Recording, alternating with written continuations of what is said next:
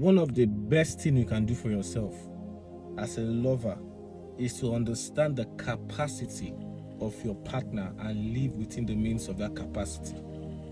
I'm not saying we shouldn't expect our partners to grow. We pray for them to grow. But right now is the reality you should be facing, and you should live within the ambience of that reality. Wanting your partner to give you things that is beyond his or her capacity is actually wickedness, and it's not going to do any good to your relationship. Even if your partner pushes himself or herself to provide that thing, they will start having questions in their minds about you. And that is a very wrong place to put yourself in the heart of your partner. While you are dating, you must learn to ask yourself, what is the capacity of my partner? What should I expect? And what should I be patient with until it grows beyond this level? And also, what are those things that might never happen? So that you will train your mind, your emotions, and your wants to be re-edited to fit your partner's present reality. It's very important. For example, you can't be having a partner that earns 100,000 and you're expecting him to give you a lifestyle that belongs to millionaires. It's not going to work. You are just going to strain that relationship. Some of you are married to a woman that goes to work like you, and you want her to come back and then push herself to do certain things, like those ladies that don't have the same work that she has. It's not going to make sense now. Oh yes, a woman should do this and do that and do this. Some of these ideologies that we have are ancient ideologies. They are very good, we wish that it was like that. But right now, we have a different reality on ground.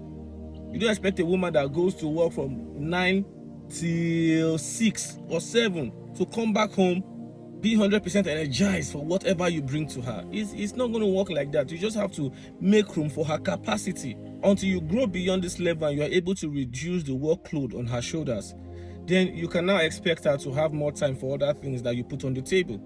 But right now, she's going to work like you. So it is important to understand this. Even when it comes to sex drive, for those that are married, you must understand the sex capacity of your partner.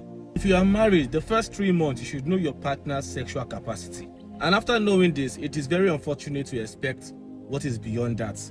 I was watching a video recently where a man died of heart issues because he was taking drugs to satisfy his wife. You see, there are some things that we just have to make up our minds that, okay, this is my reality and I must accept it. There is no point expecting what your partner cannot give. There is no point. Some of you married women that had no sexual experience, and you're expecting them to be as sexually crazy as your exes. It doesn't make any sense. Even when it comes to problem solving, you should know your partner's capacity.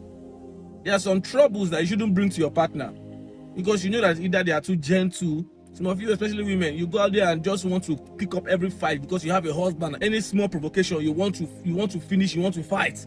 And then if they insult you, you come back home and tell your husband to go and defend you. Almost some men don't really have that kind of strength too. So you must know if your husband is a gentle guy or is a rugged guy, to know the kind of problem you bring to the table. This also plays out to the woman too. A man should know the capacity of his woman's ability to solve problems. Despite the fact that God called women are helpmates, it doesn't mean that you'll be able to partnerly solve every problem you have in your life. No.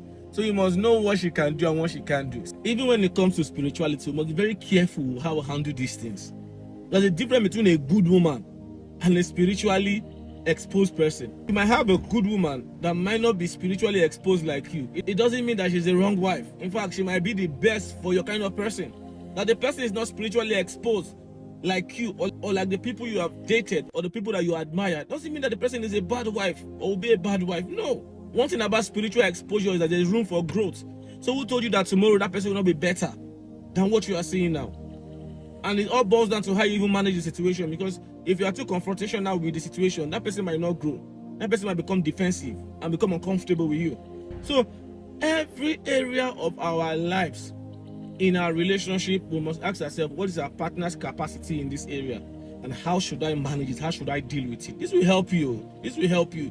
Me, I'm very careful with all these today's men of God. I will just come and tell you 100 ways to do this, 100 ways to know who is good for you, 100 ways to know all those things. Even they themselves did not say all those before they married, though. They grew into it. So how is it that they are telling you now that you have not even started your journey? They are telling you that these are things you must look out for before you get married. You will wait for a long time. And that's why today we have a lot of people waiting for a long time. And God is wondering what you're waiting for.